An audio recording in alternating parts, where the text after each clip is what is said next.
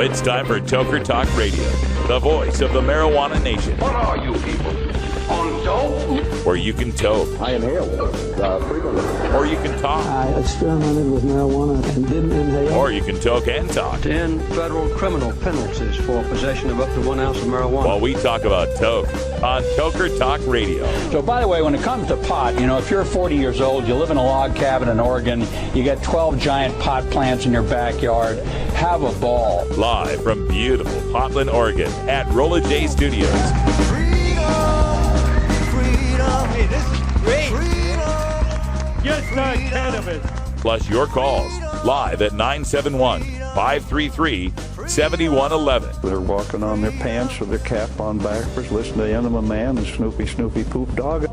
What's to keep somebody from getting all potted up on weed and then getting behind the wheel? Gateway theory doesn't work. It's a reality. Holland isn't real. Don't tease me. We're locking up people that take a couple of puffs of marijuana, and the next thing you know, they got 10 years. And now, here's your host, the guru of ganja graphics, the sultan of sativa statistics, and the worst nightmare of a reefer-mad prohibitionist. A polite, perspicacious, productive pothead with a propensity for PowerPoint. Radical Russ Belville.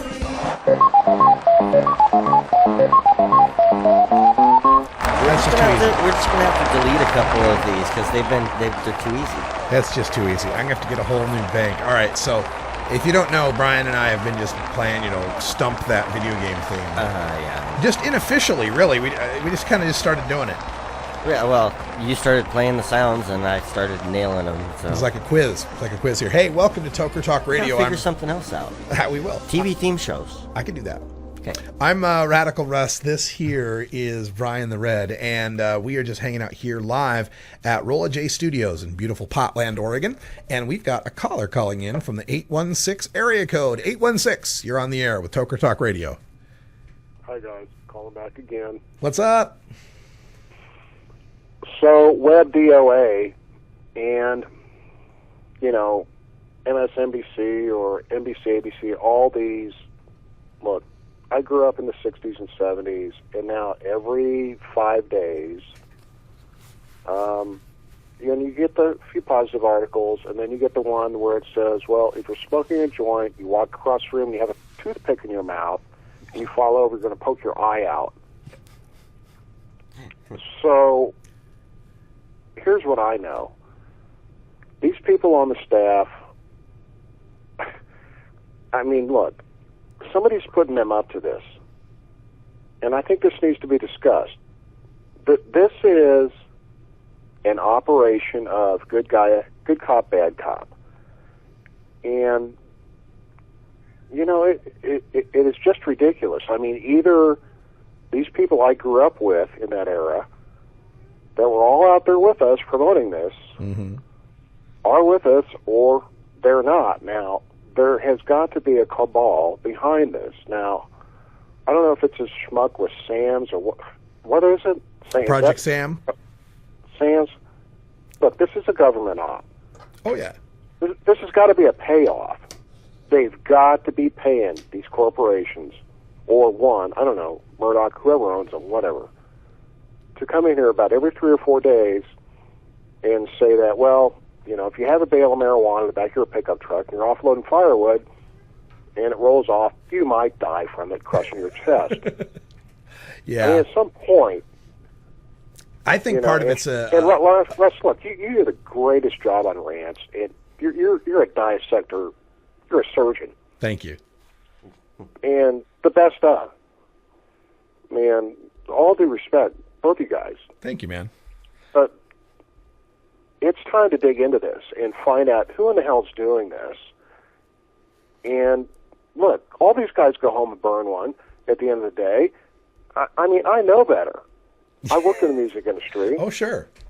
And it's hard for me to think of any entertainment or media-related field that doesn't have more than its fair share of tokers. Right, so this is complete crap. Yeah. So they're being put up to this.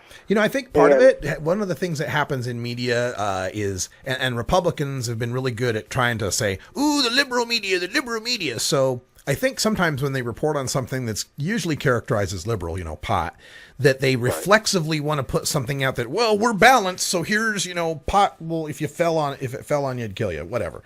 I'm not buying that. You think it's more sinister than that? You think it's directed? All respect, but there's something else going on here, and it needs to be looked into. Somebody's passing some money to some hands and saying, about every 3 days, tell somebody that if you smoke 250 joints, you're going to die. Yeah, it does seem like we get the same things, repeated. Like this latest one, this Gemma Moss one out of the UK where she supposedly overdoses. It's like, geez, did we not debunk this 30, 40 years ago? It's a joke. Yeah. Okay. It's worth looking into. I like the chickie from Normal. I mean, that was cool, but look, this stuff from Sam's or whatever it is,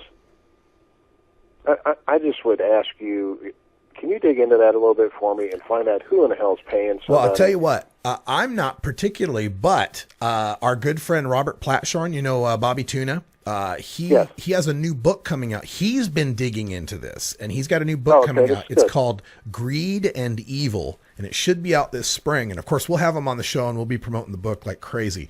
But he's been telling me about how Project Sam is linked back to Mel and Betty Sembler in Florida, and connected to these drug-free organizations and different alcohol distribution warehouse things. And yeah, it's a big web. It's more than I had the time to be able to dig into and do a show. But Bobby, he's been sitting back and collecting a lot of favors and a lot of payback from people and getting all to the bottom of this stuff. So we'll get that book out to you when we'll get it.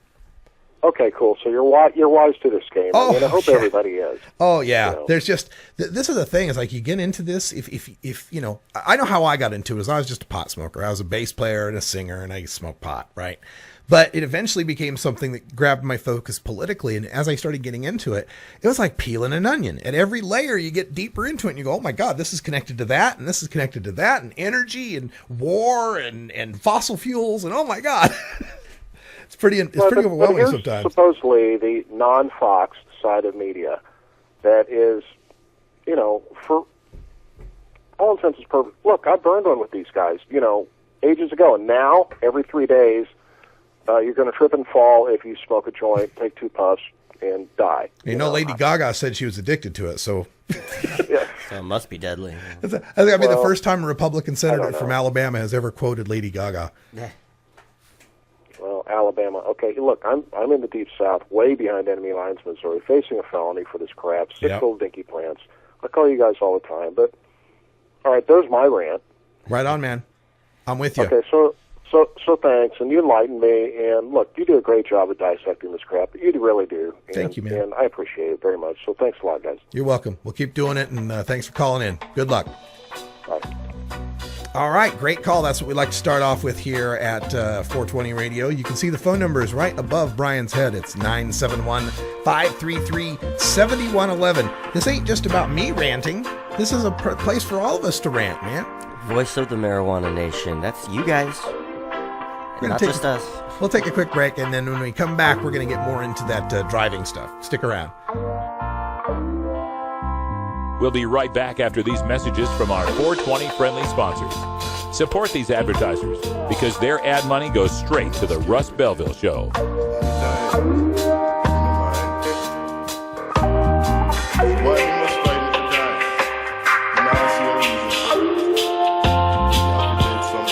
You're tuned into the Russ Belville Show, the voice of the marijuana nation.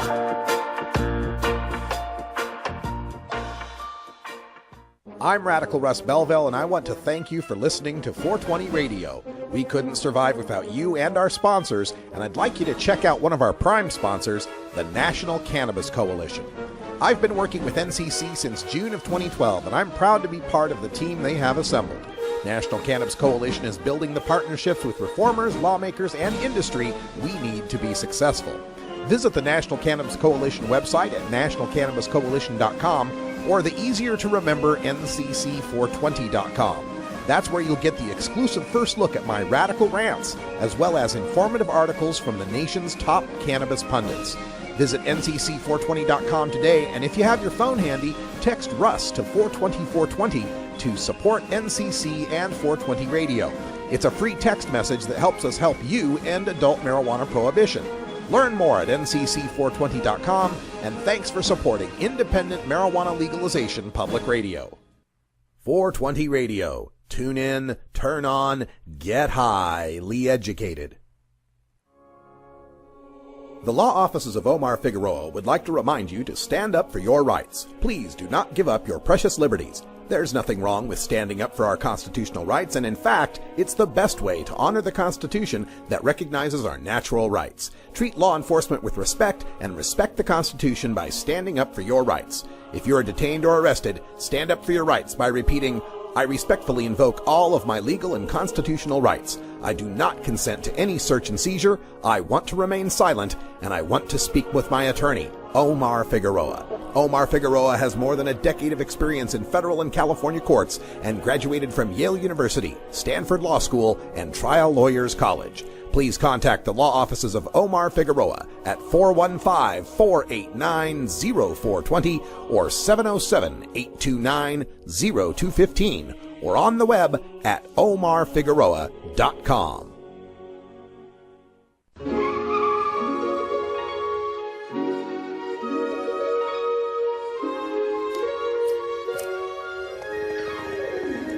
They call him Flipper, Flipper, faster than lightning. No one you see. We had a caller on hold, and I think Flipper freaked him out. You can call back, caller. Call back. Right now. Check this out. Hey yo, what's that? Yeah, what's happening? It be the Dirtball here, happy to be here. Thanks for picking up the record. No problem, man. Alright, yo. Yeah, we gon' keep it like this. You know what I'm saying? Alright, big bass to the ear hole. We gon' let it loose like this. Check it out. You wanna know the D-ball all year? On the court, hustle with them all year. All right, welcome back, everybody. It's Toker Talk Radio, 13 minutes after 4 as we're cruising into the 4:20 time here in the Pacific time zone. We got another caller on the line from the 907 area code. You're on the air. What's on your mind? Hey, Russ, what's happening, man? Just chilling. Cool. I'm calling you from Alaska. Alaska. We got All Alaska right. in the house. That's nice. awesome, man. You guys. In the house, man. The 907. Has the sun set already? About 3 years. You're probably dark already, right? No, dude, man. It's a beautiful sunshiny day, about 0 degrees. That's awesome, man. I think you're our first caller ever from Alaska.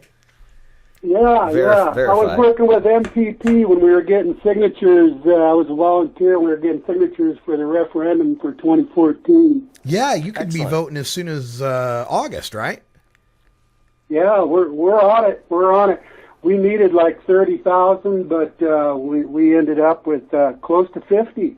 That's fantastic. So, and how does it look as far as, people wanting to vote on this? I think we're going to make it this time. We lost it here several years ago, but keep in mind Alaska was the first to decriminalize clear back in the 70s. Yeah, your Supreme Court gave you a lot of privacy rights for that. I thought that was... Yeah, the state's real strong on privacy and our constitutional rights here, so we're pretty good there. In fact, I'm holding High Times magazine from, what was it? 75. August, September of 1975. And it's got the Eskimo girl smoking a joint on the cover, and it says Alaska goes legal. It's right here. This was the prize, and somebody won this already. But yeah, so we were just reading about that from High Times in the 70s.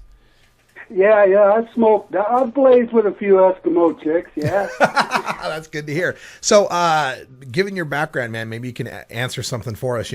They say the weed today is so much better than the weed back in the day, but, everybody down here always talks about Matanuska Thunderfuck. I mean, how good was the weed back in the day in Alaska?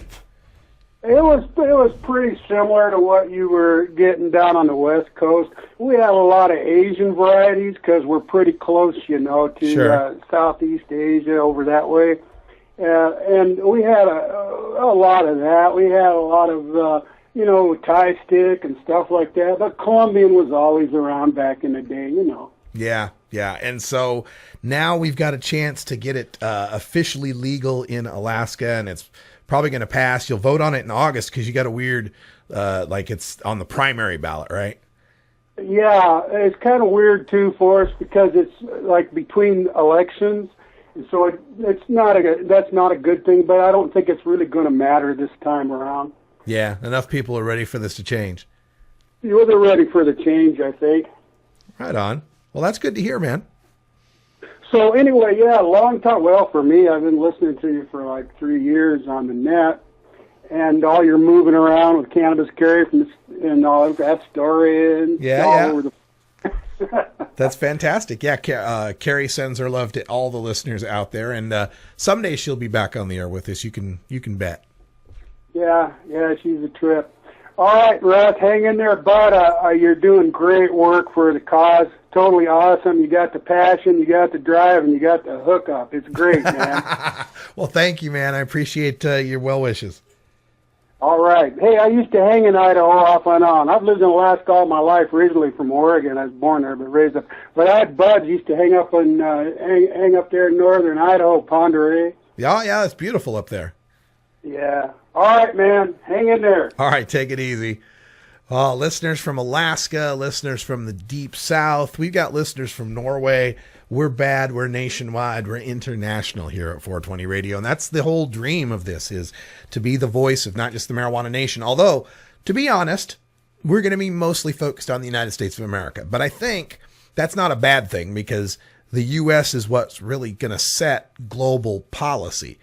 Not to diss Uruguay or anything. Uruguay is going to move forward and be the first country to legalize marijuana. But really, the big bulk of the discussion, the 800-pound gorilla, is the United States. So we got to get the United States right on this.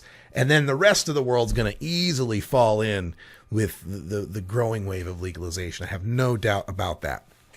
Now, speaking of these High Times magazines, we already had our winner, and I haven't heard back from her yet on the High Times magazine that she won for the trivia contest, which was the first state to prohibit marijuana in what year? That was Massachusetts in 1911. So we have a trivia contest for this week, and we will be announcing the winner on Friday, and then starting another new trivia contest. We're going to try to stick to Fridays. We'll do our best we can. I am going to do a live show on Friday. It'll just be from the hotel room in San Bernardino. You are going to be, okay. Yep. And so you'll be here. Yep. Anyway. And I'll be doing Herb Show again with him this week. That's right. So this is the May 1975 issue of High Times magazine. Headline at the top, home growing. And the very top, a gourmet coca taster's tour of Peru by Andrew Weil, Dr. Andrew Weil. Dealers Hall of Fame, candidates 1976, where they stand on pot. So you're going to get the Jimmy Carter, I support legalization. But to me, the thing that makes this one the one you want to win, well, you want to win them all, of course, but let me find this in here. The centerfold. Now, High Times has always had the centerfolds for pot, right?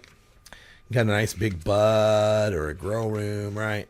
Well, this one has a Star Trek Enterprise joint centerfold. Yeah, it's so awesome. Why don't you go ahead and read the little blurb there? It's just hilarious. It's real short. For the Enterprise joint. Spaced. The final frontier. These are the voyages of the Star Joint Enterprise. Its mission, to seek out new worlds where no one has dared go. Behind it hangs a trail of milky vapor like the fiery tail of a comet. Before it lies adventure without end. Amen. Constructed by one who is known as Joe Pipe and who resides in Brooklyn, New York, planet Earth, the Star Joint Enterprise consists of 8,000 tons of unmanned marijuana and ordinary double-wide rolling papers. The most ineffective insulator known to space-age science. Last scanned somewhere between Alpha Centauri and Armadillo World Headquarters, the DMT crystal-powered space spliff is scheduled to rendezvous with Spaceship Earth sometime in the 1990s. Until then, the ordinary rocket-shaped joint will have to suffice. It may not put a man on the moon, but it sure does put the moon in a man. It still gets you spaced. Very nice. So, the question... history. I gotta get the question out when we come back. It's 420. You can't blame me. It's Union Rules. We'll be right back. That funny reefer man. If he said he swam to China, he would sell you South Carolina. Then you know you're talking to that reefer man.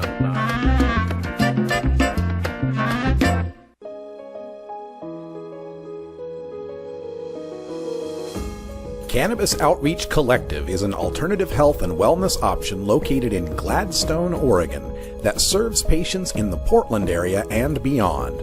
We are a full-service alternative health and wellness collective accommodating patients with natural, organic, holistic, and homeopathic remedies, nutritional guidance, advice, education, and medical cannabis, fully in accordance with Oregon OMMP law.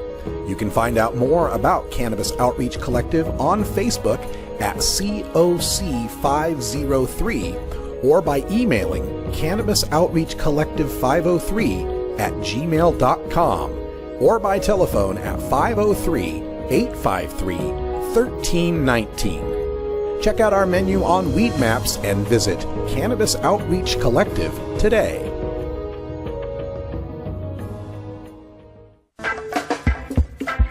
I'm Sub Cool from Team Green Avenger. At TGAgenetics.com, we are working on the leading edge of medical strains. Our strains are rigorously tested for THC, CBD, THCV, and other critical cannabinoids. Know your grow. Check out our genetic diversity at TGAgenetics.com, the home of Jelly Bean, Jack the Ripper, Vortex, and other award-winning cannabis strains.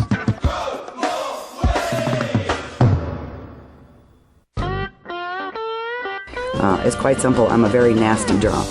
I get mean. I get loud. I'll tell your deepest, darkest secrets to a stranger, and I'll puke on your shoes.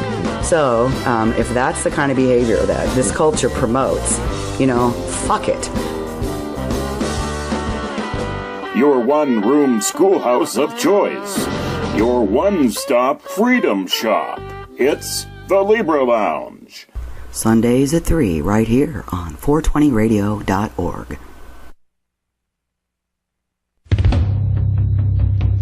Oh, yeah, some Pacific Northwest music from Lucero. That's Justless. Kind of music you'll hear every Friday night at 8 p.m. Pacific for the Herb Thrasher Flower Hour. 2 hours of thrash metal, thrash punk, thrash rock, and thrash country. If they thrash, it's on the Herb Thrasher Flower Hour. Rock. And let's see, tonight we've got... What do we got tonight? Oh, yeah, Thrasher Sports. Okay, so here's the deal. Herb Thrasher's sick. He's not going to be able to do Thrasher Sports tonight, which is a shame because Super Bowl just happened. Yeah. Plenty to talk about.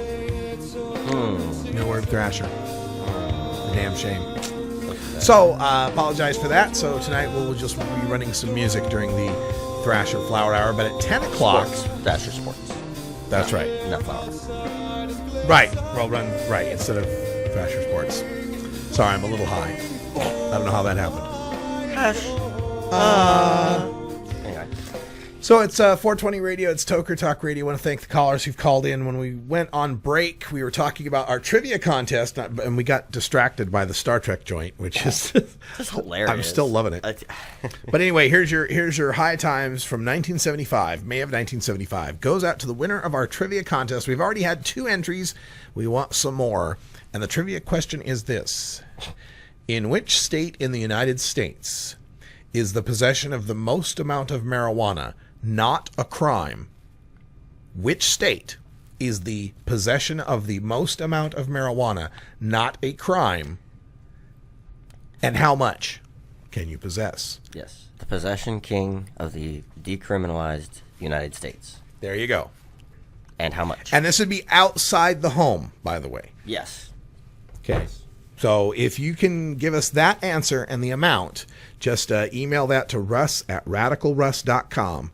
Russ at radicalruss.com, and you can win You're entered. If you got the right answer, you're entered into the random drawing for this High Times magazine. We'll mail it out to you along with some Russ Belville Show stickers, placards, maybe even a poster. So do that. Do that today. Friday, we will announce the winner.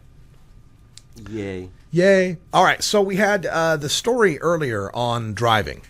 Okay, the risk of driving.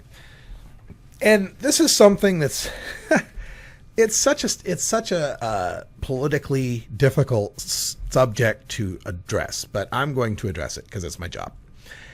First of all, when we get studies that are counting the risk of a cannabis-involved driver, understand that what we're getting is meta-analysis of the blood samples of people who died in a wreck or who got in a wreck. A lot of times, these are not counting all of the people who got in a wreck because in some situations, maybe not all of them had been tested. Or if they had been tested, it was long after they'd been in the wreck. So you're already discounting a lot of the possible variables out there. It's likely in certain situations, say, where a wreck looks like an accident in one respect that would have been attributable to drunk driving, that they might be more likely to want to test in that circumstance than one kind of accident that appeared just to be a garden variety accident. Get my drift? And that might self-select for us to have greater drug numbers in those situations. But regardless of all that, we've already talked about in the rant how the detection of marijuana in the blood doesn't even tell us whether someone was impaired. It just tells us whether or not someone was using marijuana. With alcohol and other drugs, the detection of those in the blood are a little bit better indicators. Still not perfect, but far more reliable than any indication that cannabis in the blood would be. And here's my biggest problem with these statistics. These statistics count the 18-year-old kid who smoked a joint and got behind the wheel, along with the 58-year-old guy who smokes weed every day and then gets behind the wheel. It compares someone with very little tolerance and experience with marijuana with someone with a whole lot of tolerance and experience with marijuana.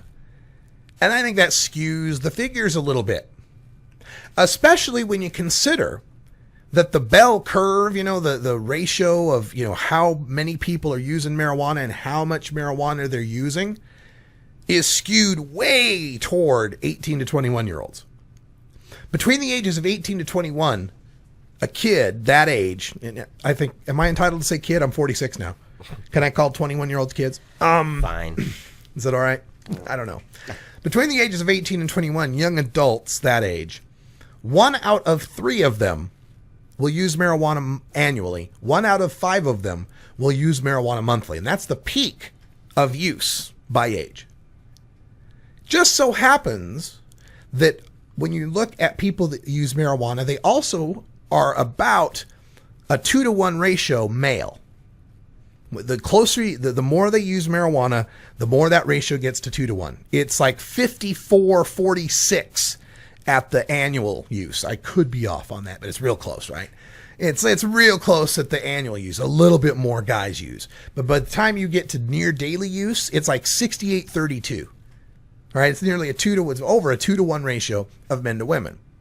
When you combine the fact that you got more, that marijuana means you're more likely to be male, especially if you're using it more often. Again, if we're detecting it in the blood of a driver, we're accepting the possibility that they used within the week. Okay, so that's someone who's using fairly constantly if you're detecting it at that point. That person's overwhelmingly likely to be male and statistically more likely to be young. Well, guess who are also the worst drivers on planet Earth? Young teenage males. Any insurance adjuster will tell you that. So when you come into us with these statistics of, oh my God, we've got twice the risk of, cannabis drivers being in fatalities. Well, are we counting more the 18 to 21-year-old young men who are more likely to smoke pot and just happen to be more likely to get into accidents anyway? And what the hell does that mean to adults, say 30 and older, who smoke pot all the time and have a tolerance? It means nothing. That's the thing. That's the secret.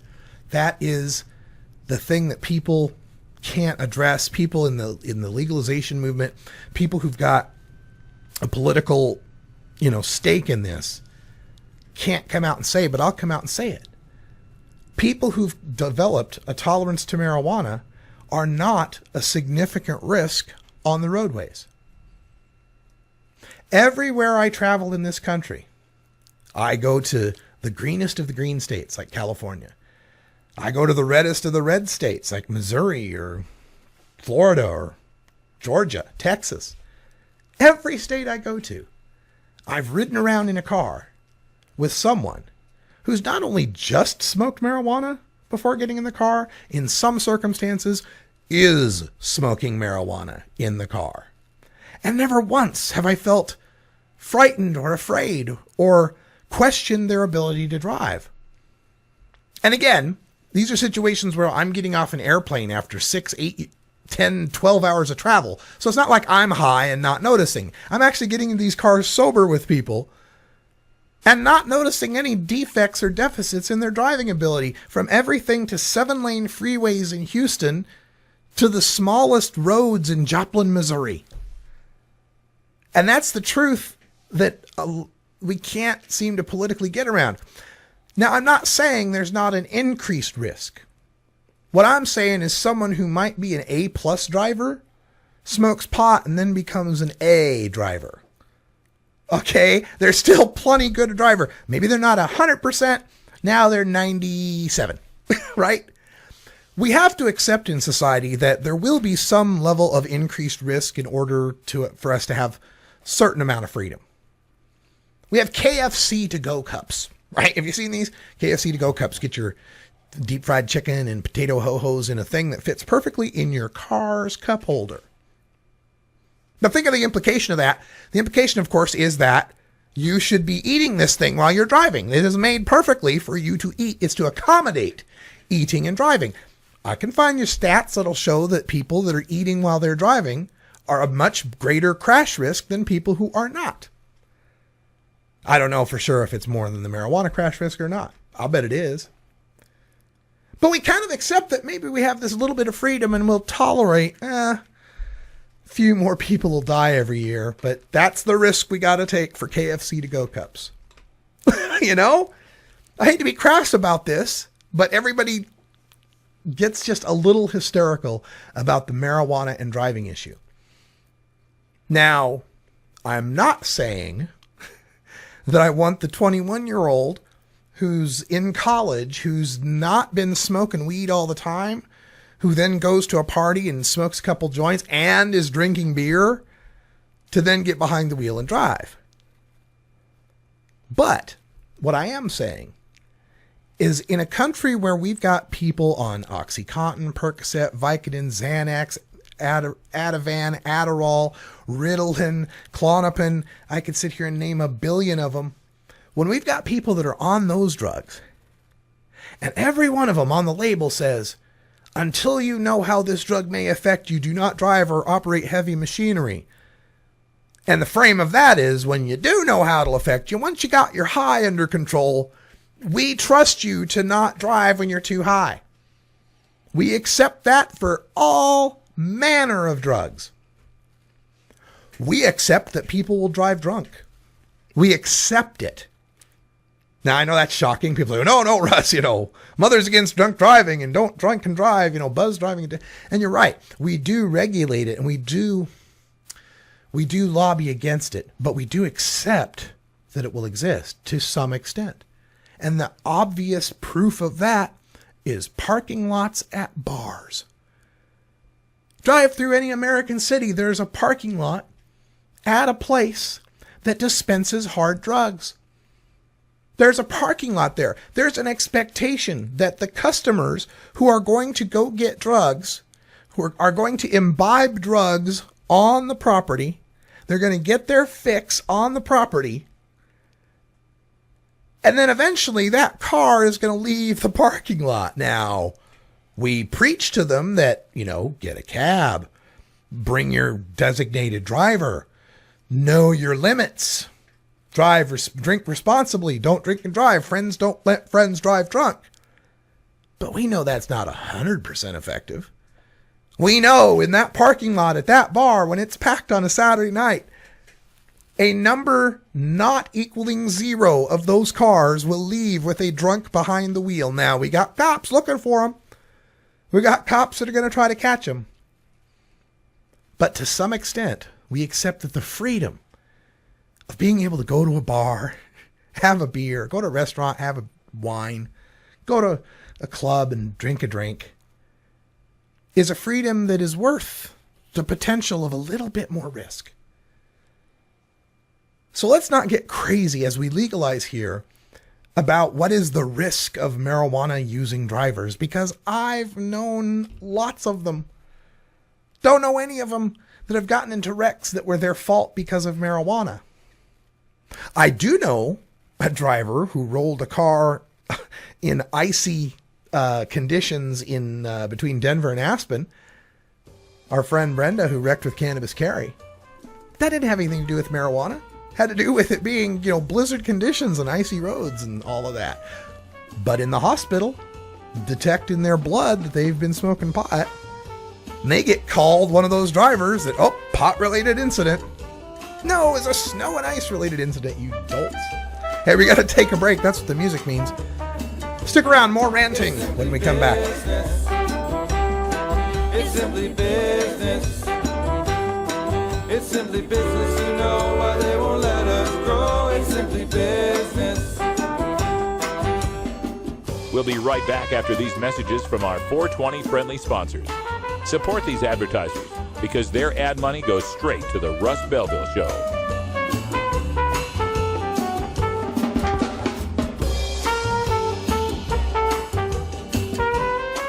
You're tuned into the Russ Belville Show, the voice of the marijuana nation. It's simply business. It's simply business. It's simply business, you know why they won't let us grow. It's simply business. It's simply business, you know why they won't let us grow. It's simply business.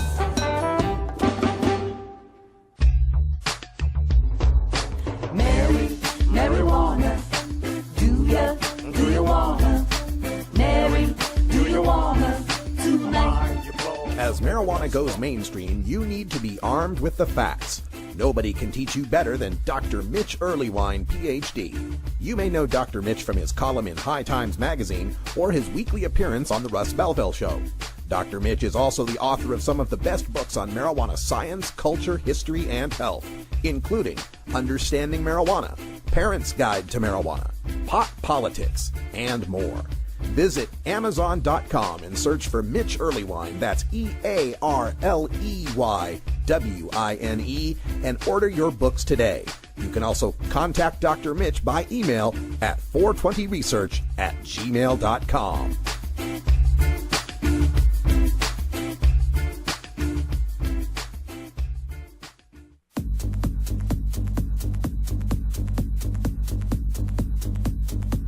Support the Russ Belville Show. Text the word Russ to 420-420 and connect with the National Cannabis Coalition.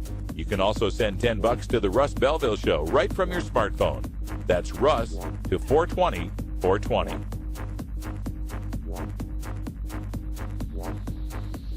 You're listening to Radical Russ on the Russ Belville Show.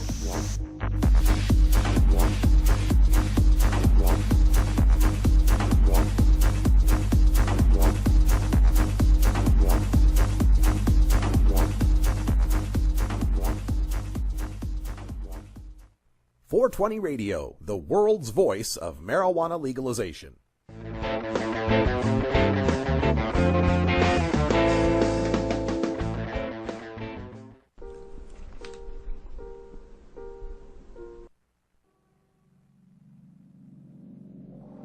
I'm skipping it because there's something going on live right now that we just have to take a taste of. Oh, yes. Oh, I was hoping. And, all right, so here at 420 Radio, we're big fans of Carl Sagan, Cosmos, kind of grew up on this stuff. Yeah, science, Science! Science, fact, truth, and reason. That is what we are about here. So at the risk of offending somebody, but, if I do, sorry, I can't not get into this. Going on live right now, and this is from CNN. They've got Bill Nye the Science Guy at the Creation Museum debating Ken Ham. So this is technically the Ham on Nye debate. Thank you very much. A little late on the rim shot, Bobby. Yeah, that's right. Okay. But here they are. So let me unmute this. And we're joining it in the middle of it. We won't be here for the whole thing, but just to listen just for a little. Use it. By creation, we mean here at Answers in Genesis and the Creation Museum, we mean the account based on the Bible. Yes, I take Genesis as literal history, as Jesus did. And here at the Creation Museum, we walk people through that history. We walk them through creation, a perfect creation. God made Adam and Eve, land animal kind, sea creatures, and so on. And then sin and death entered the world, so there was no death before sin. That means, how can you have billions of dead things before man sinned?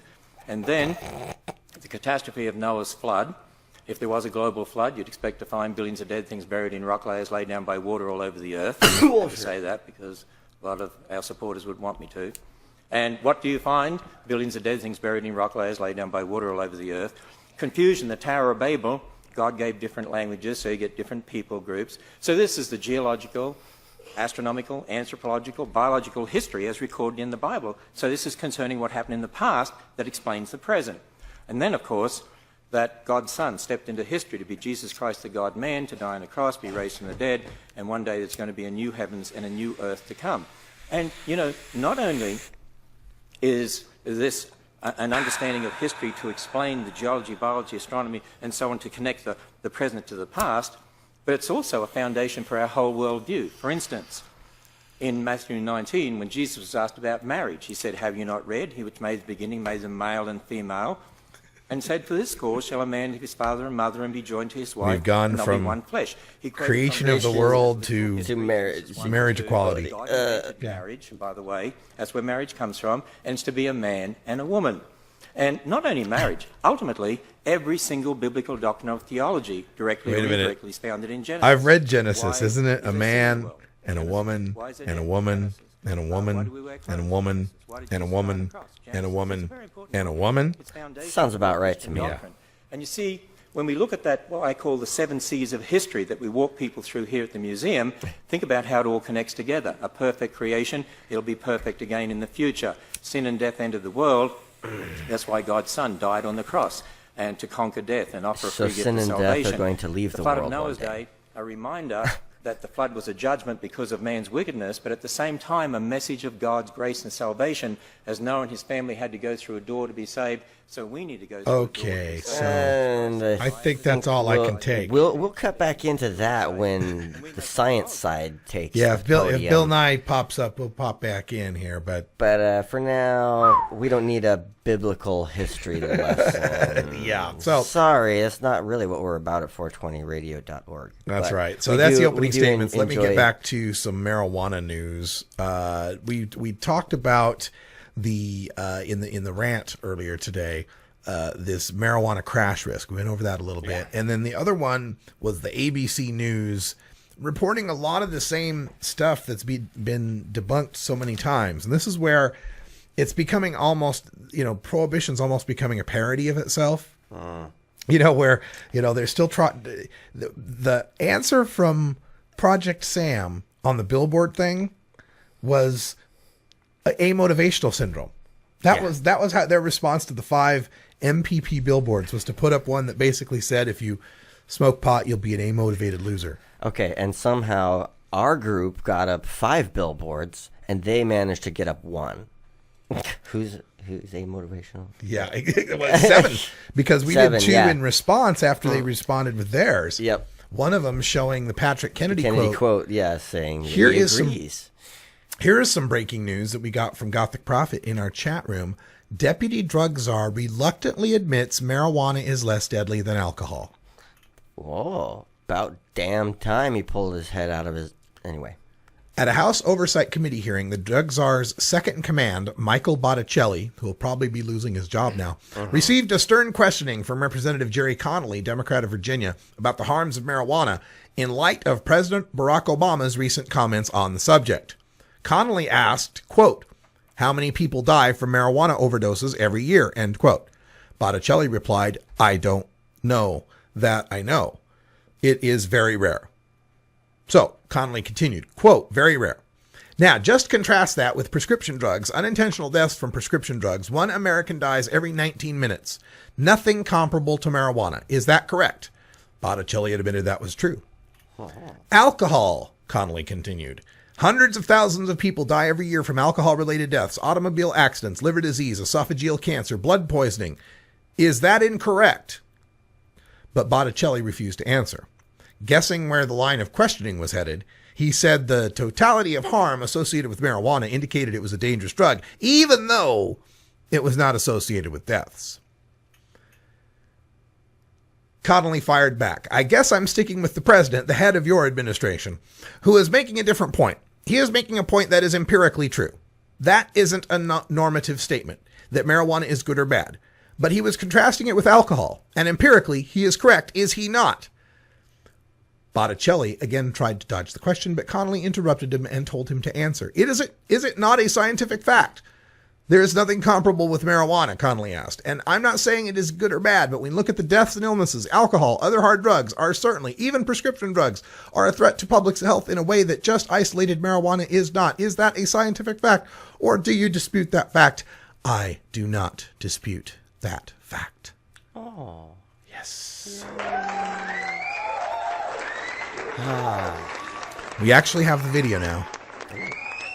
We'll go to the video on this, although I'll have to mute Ham here. I'll have to mute Ham on 9, but let's go to this video. Ham. From Ross Story on this line of questioning. Now, it's great to see legislators have been educated enough on the issue.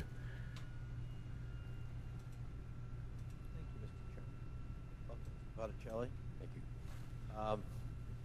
And let me just say I've enjoyed your paintings for many years. Thank you very much. I wish I could say that We're I honored. inherited any of that. I know. I couldn't resist. Are you from Massachusetts, by the way? I am Where? from Massachusetts. I lived outside of Boston in Malden, Massachusetts. Malden. I'm from Brighton and Allston. Oh, you are? And I can Right. talk like that if I have to. My first apartment was on Com Avenue. All right. Well, glad to have you here. To this point about the president's statement, I mean, holding in abeyance whether he should have made it or what he intended from it. How many people die from marijuana overdoses every year? Mm-hmm. I don't know that. I know it's very rare for someone. Very rare. Yep. Now, just contrast that. Prescription drugs, unintentional deaths from prescription drugs. One American dies every 19 minutes. Yeah, they have those Nothing stats. comparable in marijuana. Is that correct? Correct. Alcohol. Hundreds of thousands of people die every year from alcohol-related deaths. Automobiles, liver disease, esophageal cancers, blood poisoning from too much toxicity from alcohol. Is that not correct? But I think Mr. Botticelli, is that correct? I think the way that you have to look at this is that the totality of harm that's associated with this substance, and to basically say that because marijuana doesn't have the lethality and the overdose potential that heroin or alcohol does, diminishes, I think, the significant health consequences that are associated with the drug. Well, I guess I'm sticking with the president, the head of your administration, who was making a different point. And he was making a point that is empirically true. That isn't a normative statement that marijuana is good or bad, but he was contrasting it with alcohol. And empirically, he's correct, is he not? I think the point here is that the administration's position has not changed. Mr. Botticelli, I'm not asking you that question. And that when you look at alcohol and substance use, that we have to look, or marijuana, that we have to look at this as a public health related issue. So, I have to say this morning, Mr. Botticelli, excuse me, no. I'm asking the questions here, Mr. Botticelli, and I'm directing you to answer. Yeah. If you want to add your opinion, fine. But is it not a scientific fact that there's nothing comparable with marijuana? And I'm not saying it's good or bad, but when we look at deaths and illnesses, alcohol, other hard drugs are certainly, even prescription drugs, are a threat to public health in a way that just isolated marijuana is not. Isn't that a scientific fact? Or do you dispute that fact? No, I don't dispute that fact. Okay. May I continue? Well, just a second. I think I hear bric-a-brats being thrown at the president as if he did something reckless. And my view is he was trying to put this in perspective, because there are states that have decided to go down a different path. And my friends on the other side of the aisle are all for states' rights when it comes to guns or gay marriage or other things. But apparently in this case, states have no business getting in the drug business. And yet I look at the war on drugs, and let me ask you this question. It looks to me like public opinion has shifted profoundly. 20 states in the District of Columbia now allow marijuana to be used for medical purposes. And 2 states, by law, in referendum, just voted to legalize, regulate, and tax the recreational use of marijuana. That's almost half the country. It seems to me. And then if you look at polling, in 1969, when the war on drugs began under Richard Nixon, only 12% of the population supported legalizing marijuana. That same percentage today is 52%. That's a huge change in public opinion. Given all of the efforts, again, as the chairman said, just say no under Nancy Reagan and all kinds of PSAs on television and radio and newspaper, and trying to make sure that we highlighted how dangerous drug use of any kind could be, why do you think public opinion has shifted so dramatically on the issue of marijuana? Again, from my standpoint, and I'll speak candidly, that I am not sure the public is getting a fair and accurate view, particularly as it relates to the public health consequences of marijuana. I think that it's been portrayed as a benign substance.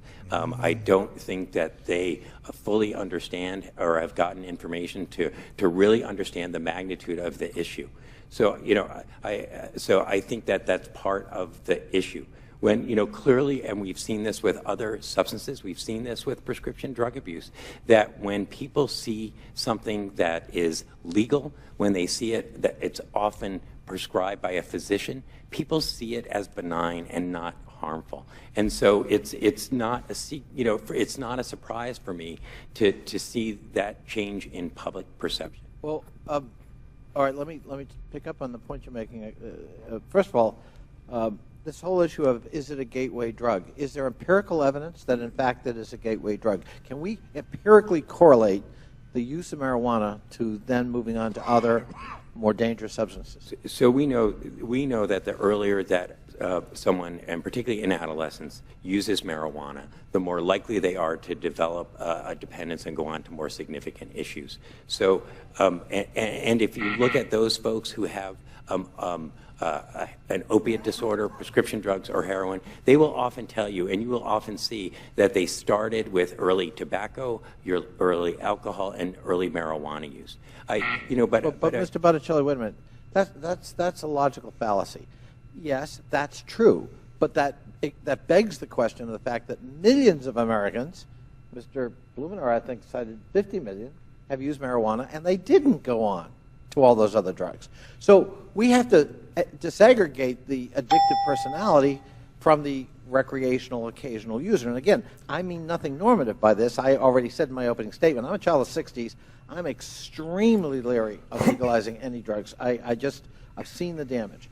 But I want us to be basing, the fact of the matter is the war on drugs doesn't look like it worked very well in public opinion, in demand, whereas other campaigns that cited tobacco that are voluntary actually have worked. And so maybe we could learn something from that, as opposed to incarcerating, especially minority populations in this country. And that doesn't seem to have worked either. It doesn't seem to have reduced demand. Representative Connolly, so I think just focusing on marijuana as a gateway drug obviates the total harms associated with substance. We know many people who use alcohol and get into problems and they don't have an addictive disorder, but that doesn't mean that there's not harms associated with use. And the same is true with marijuana, that we know about 1 in 9 people who use marijuana go on to develop a dependency. But we also know that there are health consequences associated with marijuana use in general, and particularly with adolescents and young adults. So, again, National Institute of Drug Abuse has shown that youth brain is in development up until 25 years of age, and that regular substance use, including marijuana use, can have significant long-term effects. We're not talking about folks who gateway to other drugs, but we're talking about just marijuana use in general. So I think you really have to look at not just those people who go on to develop addictive disorders. Yes, we need to be concerned about that. But you really have to look at the totality of harm. Think about the number of people who use marijuana and get in fatal car accidents. They may not have an addictive disorder, but clearly their marijuana use has had significant health consequences for them. My time is long up, and I thank the chair for his indulgence. I would just say, though, the problem with that logic is it takes us exactly where we are today. So it fills up our prisons, even when it's really a small amount of possession, and where the effect is we treat somebody no different than if they committed a violent crime. And those inequities in our prison system are the consequence of treating marijuana exactly the way you just described it.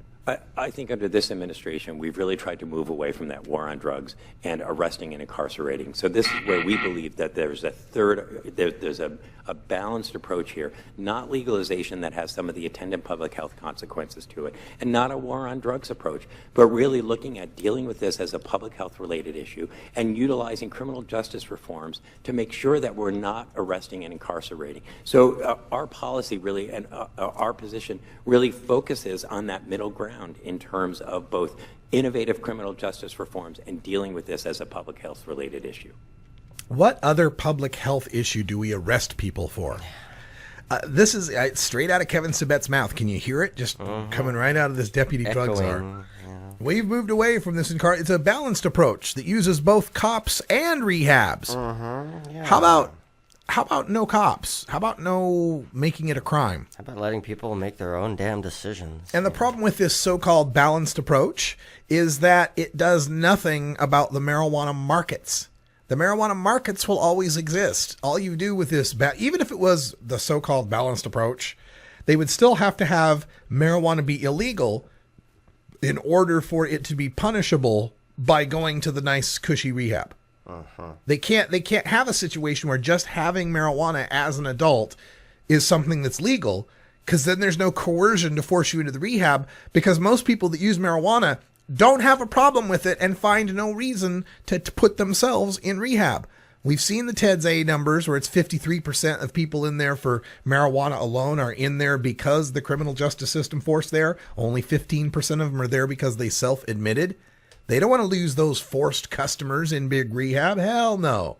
That's what this balanced approach is all about, trying to make sure the people with investment in prison stocks, investment in the catering companies that take care of prisons, investments in the companies that rely on the 17 cents an hour prison labor, companies that are involved in washing their socks, and companies that are involved in rehabs, and companies that are involved in drug testing, and companies that are involved in pharmaceuticals and alcohol, and a whole host of other companies at least have a little time to shift their assets, build their little golden parachute, redistribute their earnings or whatever they got to do to make sure that they're not left out in the cold as this legalization green rush, this inevitable green rush, takes a hold across the entire country. All this third way stuff is stalling tactics for the 1%. That's all it is.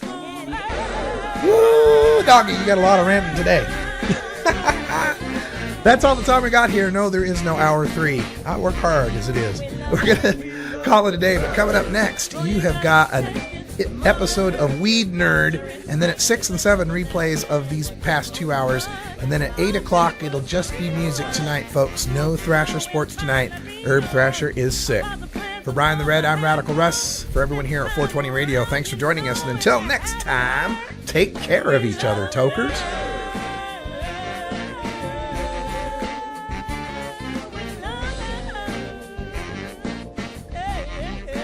This is the Russ Belville Show. The Russ Belville Show is blogging and podcasting daily at radicalruss.com. You take a seed, you plant it, you grow it, you dry it, you roll it, you smoke it. You take a seed, you plant it, you grow it, you dry it, you roll it, you smoke it. You take a seed. see, you plant it, you